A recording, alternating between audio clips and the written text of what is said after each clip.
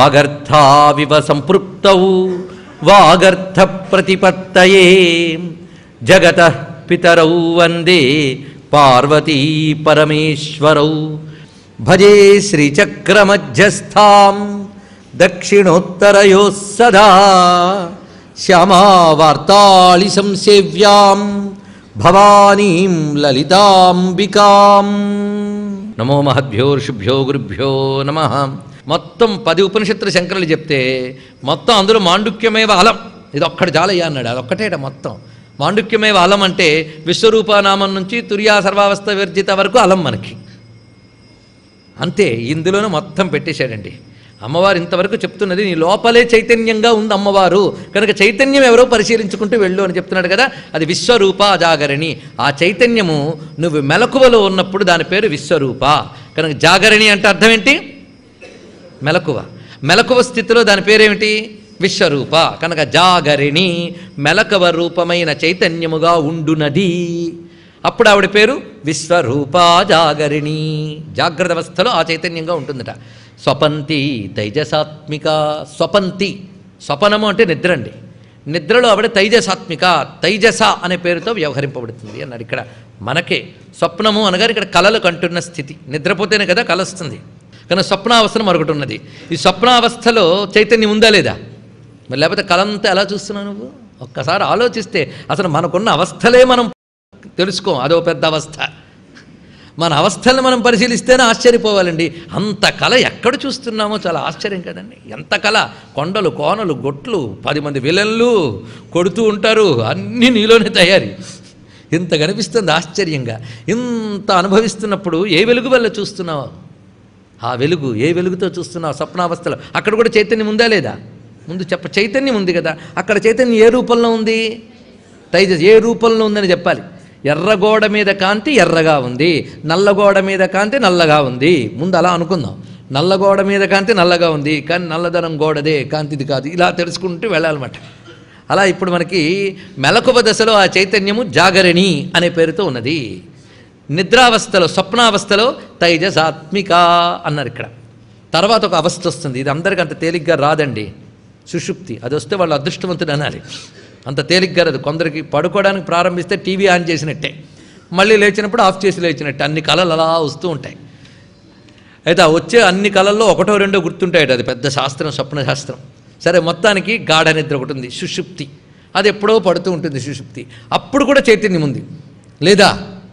ఎలా ఉంటుందండి? ఏమీ తెలియట్లేదు కదా. స్వప్నం అంటే ఒప్పుకుండా ఒకటి తెలుస్తుంది, జాగరణ అంటే ఒప్పుకుండా ఏమీ తెలియట్లేదు కానీ చైతన్యం లేదు. లేకపోతే పొద్దున్న లేచి హాయిగా పడుకున్నావు అని చెప్పవు నువ్వు.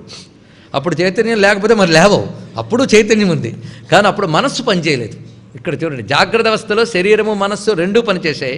స్వప్నావస్థలో మనస్సు మాత్రమే పనిచేస్తుంది, ప్రాణం పనిచేస్తుంటుంది. 3 అవస్థలో ప్రాణం మాత్రం పనిచేస్తూ ఉంటుంది. కానీ ప్రాణం రికలెక్ట్ చేసుకుని చెప్పే మనస్సు కాదు, బుద్ధి కాదు. అది అందుకోసం బాధ. సుషుప్తి అవస్థలోకి ఏమైందంటే మనస్సు కూడా నిద్రపోయింది. అప్పుడు ఈ శరీరాలు ఎలాగైతే పని చేయకుండా ఉండిపోయో మనస్సు కూడా పని చేయకుండా ఉన్నది. అప్పుడు మరి ఎవరున్నారు అక్కడ? అప్పుడేమున్నది?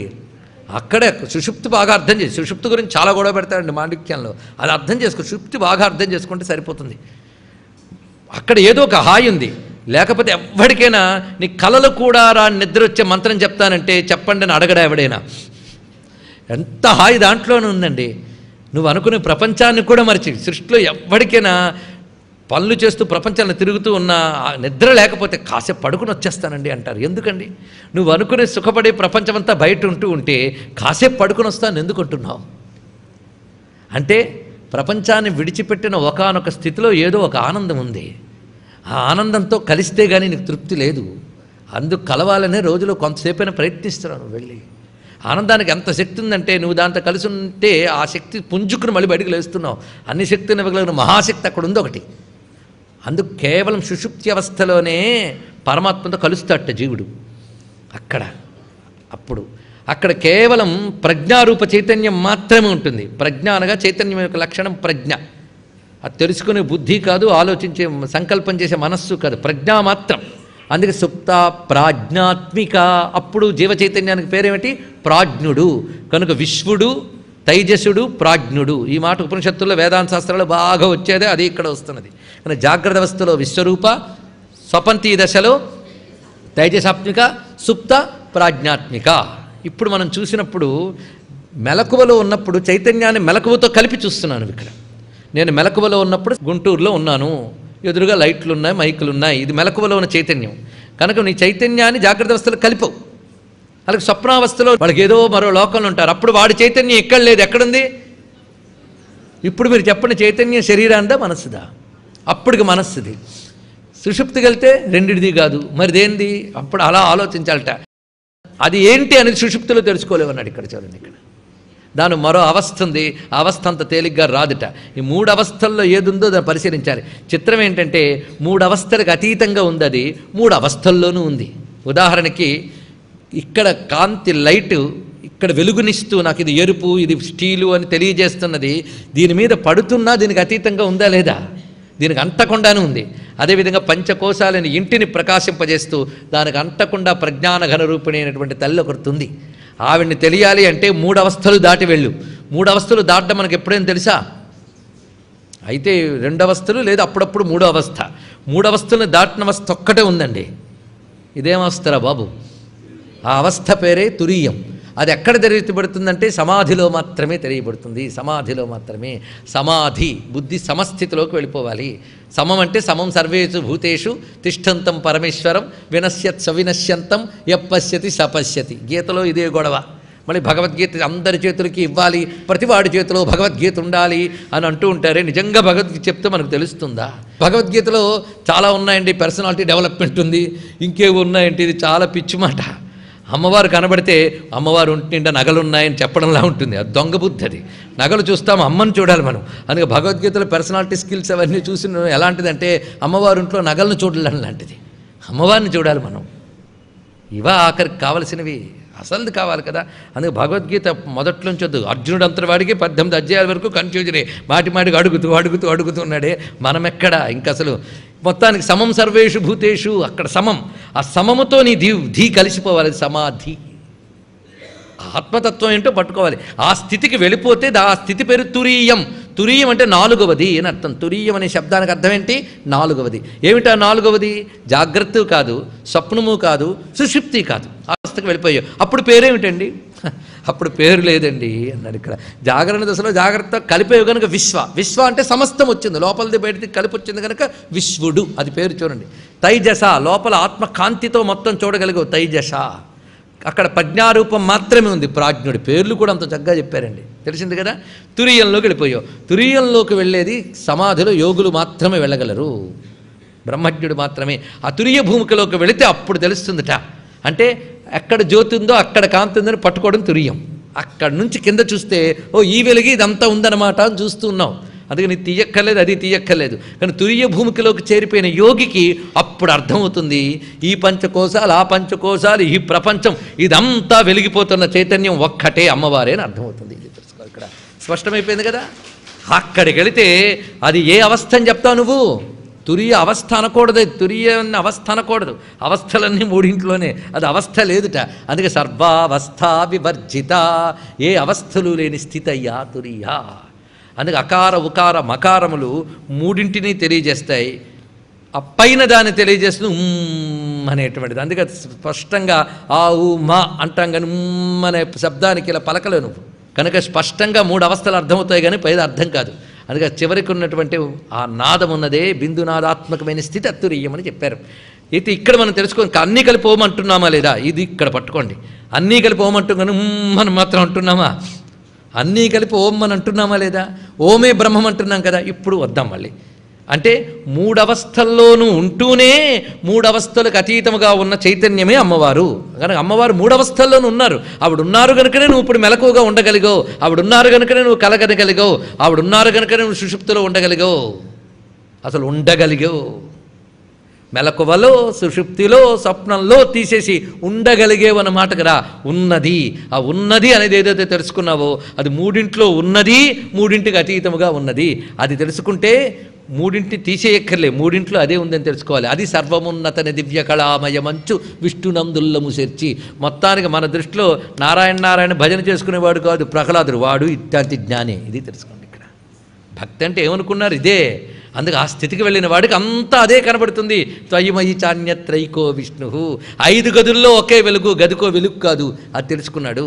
కనుక ఇక్కడ పంచప్రేతాసనాశీనా పంచబ్రహ్మస్వరూపిణి చిన్మయీ పరమానంద విజ్ఞాన ఘనరూపిణి ధ్యానధ్యాతృధ్యేయ రూప ధర్మ వివర్జిత. అది తెలుసుకోవడానికి నీ అవస్థల్ని పరిశీలన చేయి. ఇదంతా విచారణ అండి, ఇదంతా విచారణే. ప్రవచన రూపంలో చెప్తున్నదంతా శ్రవణం, ఇది మీరు తెలుసుకుంటే మననం అంతే. కనుకనే ఉపనిషత్తులు బాగా చదివేశాక పక్కన పెట్టేసి లలితా శాస్త్రం చదువుకుంటే అదే మననం అయిపోతుందండి. ఉపనిషత్తులు చదివేక అని చెప్పాం, అప్పుడు అర్థమవుతుంది, లేకపోతే అర్థం కాదు అది. అందుకే ఇక్కడ మనకు చూపిస్తున్నది ఏమిటి? సర్వావస్థ వివర్జిత అటువంటి స్వరూపము. ఆ తల్లే 3 అవస్థల్లో ప్రకాశిస్తున్నది. కనుక నేను మెలకువగా ఉన్నప్పుడు నాలో ఆ తల్లే ఉంది, స్వప్నావస్థలో ఉన్నప్పుడు అమ్మే ఉన్నది. అయితే నేను అవస్థలతో కలిపేయడం వల్ల ఆవిడని తెలుసుకోలేకపోతున్నాను. అవస్థాతీతంగా చూసే ప్రయత్నం చేస్తే తుర్యా సర్వావస్థ వివర్జిత. తురీయా కాపిత్వం దురధిగమ నిశ్చీమ మహిమా మహామాయా విశ్వం భ్రమయసి పరబ్రహ్మ మహిషి అన్నారు. అక్కడ చెప్తున్నారు తురీయా కాపిత్వం. కనుక ఈ 3 అవస్థలు స్థూల సూక్ష్మ కారణ శరీరాల వల్ల వస్తున్నాయి. కనుక స్థూల సూక్ష్మ కారణ, జాగ్రత్త స్వప్న సుషుప్తి, ఇవన్నీ 3 ఈ 3 ఉంటూనే 3కి అతీతంగా ఉన్నది. కనుక 3కి అతీతంగా ఉన్నదాన్ని 3 ఉండగానే నువ్వు పట్టుకోగలగాలి. కనుక 3 ఉంది కనుక త్రిపుర, 3కి అతీతంగాను ఉంది కనుక మహా, 3కి ఇదే వెలుగునిచ్చే అందంగా ఉంది కనుక మహా త్రిపుర సుందరి. ఇది తెలుసుకోండి. ఇక్కడ అయిపోయింది, అక్కడుంది మహాత్రిపుర సుందరి తత్వం. అందుకే అక్కడ చెప్పిన మహాత్రిపుర సుందరి అర్థమయ్యేలా ఇక్కడ దాకా చూపిస్తున్నాడు. ఈ వివేచనే మొత్తం శ్రీ విద్యలో మనకు గోచరిస్తున్నది. అందుకు తుర్యా సర్వావస్థ వివర్జిత. బ్రహ్మతత్వమే అమ్మవారు. కనుక అమ్మవారు శుద్ధ బ్రహ్మస్వరూపిణి. త్రిగుణాలకి, త్రిలోకాలకి, 3 అవస్థలకి, 3 శరీరాలకి అతీతమై వీటన్నిటికీ చైతన్యమిస్తూ ఉన్నటువంటిది కనుక ఆ త్రిపుర సుందరియే సర్వావస్థ వివర్జిత. ఇప్పుడు ఆవిడ ప్రపంచం 3తో కూడిన ప్రపంచాన్ని ఎలా నడుపుతోంది, ఎలా చూపిస్తోందో వివరిస్తున్నారు. సృష్టికర్త్రి బ్రహ్మరూప గోప్త్రి గోవింద రూపిణి సంహారిణి రుద్రరూప తిరోధానకరి ఈశ్వరి సదాశివ అనుగ్రహద పంచకృత్యపరాయణ. ఇక్కడ వరకు ఒక సెట్ అండి. దేనికి ఇక్కడ సెట్ చేస్తున్నాం మనం, ఆ గుంపు అలా తెచ్చుకోవాలి మనం. అందుకే ఇప్పుడు చెప్పుకున్న సృష్టికర్త్రి బ్రహ్మరూప నుంచి జాగ్రత్తగా మనం చూస్తే ఇదంతా ఒక సెట్. దీని సృష్టికర్త్రిని బయటకు లాగి సృష్టిని అంతటే చేయున్నది. సృష్టి అంటే ఎన్ని విధములు అంటే అని రాస్తే లాభం లేదండి. ఇక్కడ సృష్టికర్త్రి బ్రహ్మరూప. అమ్మవారు 5 పనులు చేస్తుంటారు ఈ ప్రపంచంలో. 5 పనులు చేస్తున్నప్పుడు ఎలా ఉన్నారు? ఇందాక మెలకువలో ఉన్నప్పుడు జాగరణి, స్వపంతి, తేజసాత్మిక ఎలా చెప్పారో ఇప్పుడు అలా చెప్పాలి. అయితే ఇక్కడ వ్యష్టిగా అంటే ఇండివిజువల్, వ్యక్తిలో చెప్పేటప్పుడు మనం ఏమని చెప్తున్నాం? విశ్వరూప, తైజస, ప్రాజ్ఞ అని చెప్తున్నాం. సమిష్టిగా చెప్తే విరాట్గా అంతటి కలిపి చెప్తే దీనికి పేర్లు వైశ్వానరుడు, హిరణ్య గర్భుడు, ఈశ్వరుడు అని వ్యవహారం. సుషుప్తి అవస్థలో ఈశ్వరుట. ఇది ప్రపంచపరంగా ఇప్పుడు మన వ్యక్తుల పరంగా ఇంతవరకు చెప్పుకున్నాం. ప్రపంచపరంగా కూడా సృష్టి స్థితులు ఉంటూ ఉంటాయి. లయావస్థ ఎలాంటిదంటే సుషుప్తి అవస్థ లాంటిదిట. సుషుప్తిలో ఎలాగైతే మన జ్ఞాపకాలు, మన కర్మవాసనలన్నీ లీనమై మళ్ళీ నిద్ర నుంచి రాగానే బయటకు వచ్చాయో, అదేవిధంగా ప్రళయావస్థలో పరమాత్మ యందు లీనమై మళ్ళీ బయటకు వస్తాయి. కనుక సుషుప్తి మనకి, ప్రళయం ప్రపంచానికి. అది మ్యాక్రో, ఇది మైక్రో, మళ్ళీ చెప్పుకోవడమే. అది మొత్తం కలెక్టివ్, ఇది ఇండివిజువల్. కనుక ఇదే అక్కడ చెప్పేటప్పుడు వ్యవహారం అది. కనుక ఆ సుషుప్తి అవస్థలో కేవలం ఈశ్వరుడు లయం చేస్తూ ఉంటాడు. అక్కడ లీనం చేస్తాడు. లయం అంటే లీనం. ఇదంతా లీనమై మనం నిద్రపోయామంటే లయమైపోయామా? మళ్ళీ పక్కవాళ్ళు లేపితే లేపద్దు, లీనమైపోయాం దేంట్లో, నిద్రలో. బయటది వదిలేసాం, మన ప్రవృత్తి అంతా దాని లీనమైంది. అలా ప్రపంచం లయమైపోయింది దాంట్లో.